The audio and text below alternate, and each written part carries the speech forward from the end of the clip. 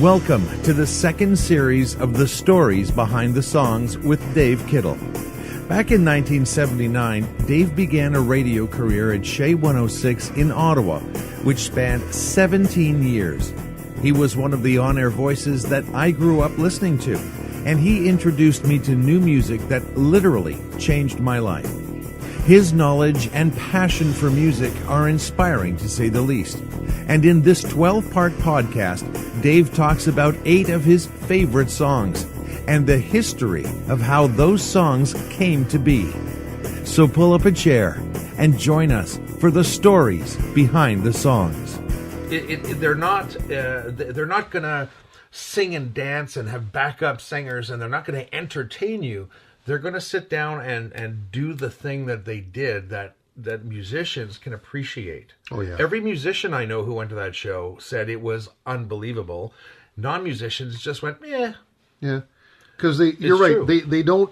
They don't put on a show No. From an entertainment from a visual standpoint. It's just you're listening to it. It's all musical. And it's the best. You're listening to the best musicians in the world playing some of the most complex and amazingly good music. Yep. And it is so entertaining. Yeah. I can't express how much I love Steely Dan. I always have. I think they're just tremendous. Yeah. I love everything they've ever done. I agree. They're so good. They're so good. And that was one of the best nights of music I've ever had in my life. The Blues Fest show was good too, but you were seeing it outside. The sound was not as good as seeing them at the National Arts Center, of course. where it was just what an amazing group of musicians. Yeah. Walter Becker, may he rest in peace. A great musician. Yeah. Great musician. So Blues Fest, right? Yes. This past Blues Fest, Yes.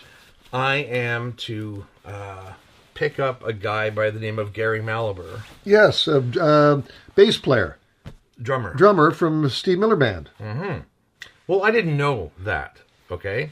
So I pick up Gary at the airport. Mm-hmm. He's a little shorter than I am, and I couldn't figure out. I kept looking because I didn't know what instrument it was or anything. Like sometimes we have time to look up who we're picking up, and other times we don't. So this time I just get to the airport in time, whatever, and I'm looking around. Finally, I said, okay, screw this, and I Google Gary Malaber, and this picture comes up, and then I look right here, and he's standing there, and I'm like, oh, are you Gary? He's like, yeah. Super nice guy. Mm-hmm. You know, how you doing? And of course, I'm looking for people with instruments because that's what we're always looking for. But of course, he's a drummer, right? Yeah, so he's not bringing his kit with him. All of his stuff is he's sitting in or whatever, and he's performing with a different band. But we're driving on the parkway. Who was the band? Do you remember? Oh my God! It doesn't matter. You'll think about it. Yeah, it'll come to you. So we're driving from the airport, heading to his hotel downtown. And thankfully, this was very early in the morning, so thankfully there was a lot of traffic, which meant that we were driving very slowly, which means we could talk. Yeah. And I said, we talked about, music and drumming and, how was your flight and all this stuff, just, whatever, the stuff we talk about. And he was very talkative, which I love. Mm-hmm. And we started talking about, where he was from, what he did, music, how the music scene in San Francisco and all this stuff. And then he said, well, you might know some of my stuff. I'm playing for these people and these people and these people, and I'm going into the studio to record some stuff with these people. And I'm like, holy crap. Then he goes, oh, yeah, from 1975 or 76 on, for whatever, a couple of years, it was me and so-and-so and Steve Miller. We were the Steve Miller Band. Yeah.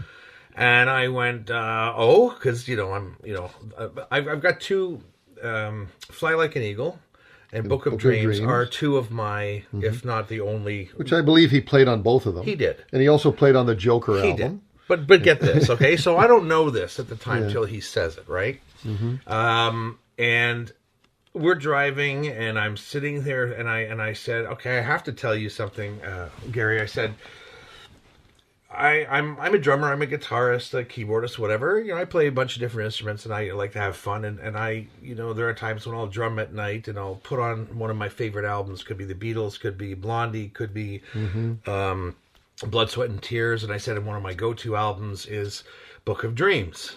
And so I said, I'm actually kind of freaked out right now because I'm sitting here telling the person that played the drums on that album that I played drums to that person. Now, here's the thing. I said, so you're telling me that are you trying to tell me for real that you played on Swingtown? I'm just starting to play. Okay. I'm starting to He think of that. says to me, oh, interesting story about how that song came together. And I said, oh, do tell me.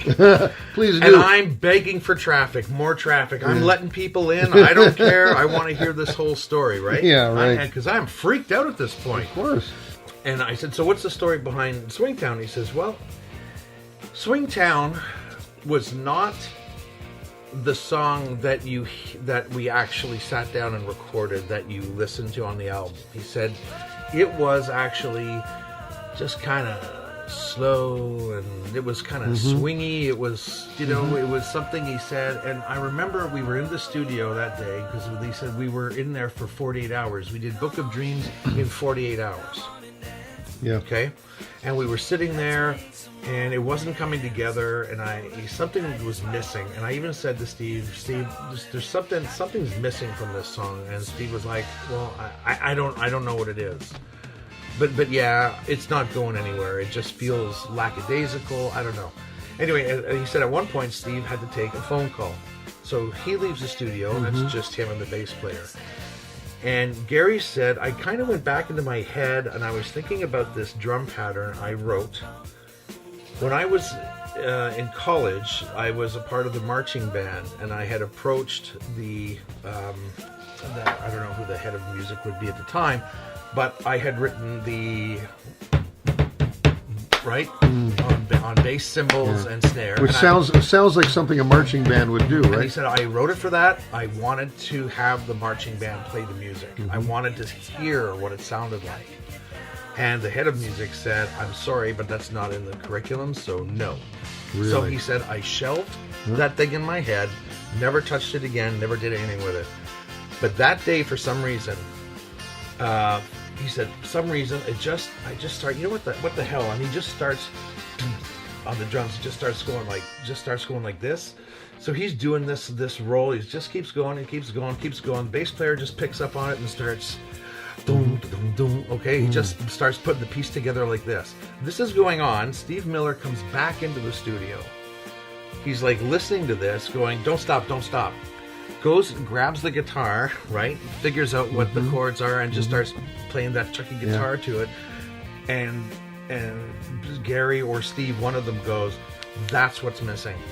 And that is the birth of the version of Swingtown. And did Malabar get credit on? Did he get I don't know songwriting that. credit? I don't know that, but I would assume by that time he probably did, but I don't know. Be interesting. I have no idea.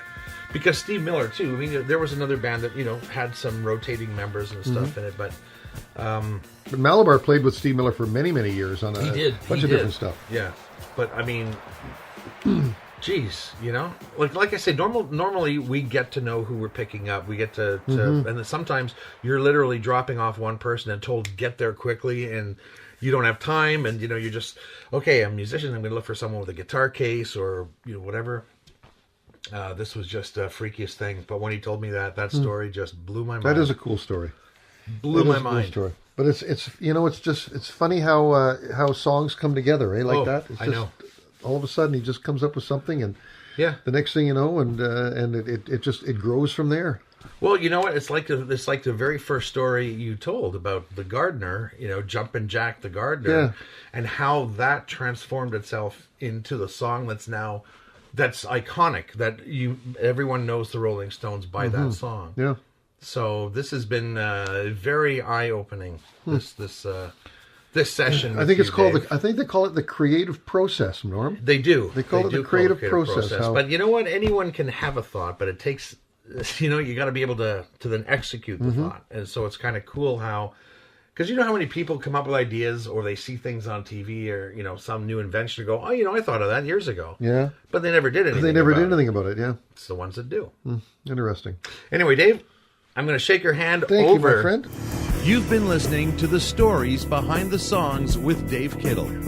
We'll be back later this year with more in-depth conversation about the music of yesterday and today. Brought to you by Sunholes Music. Download the latest album now at sunholes.com.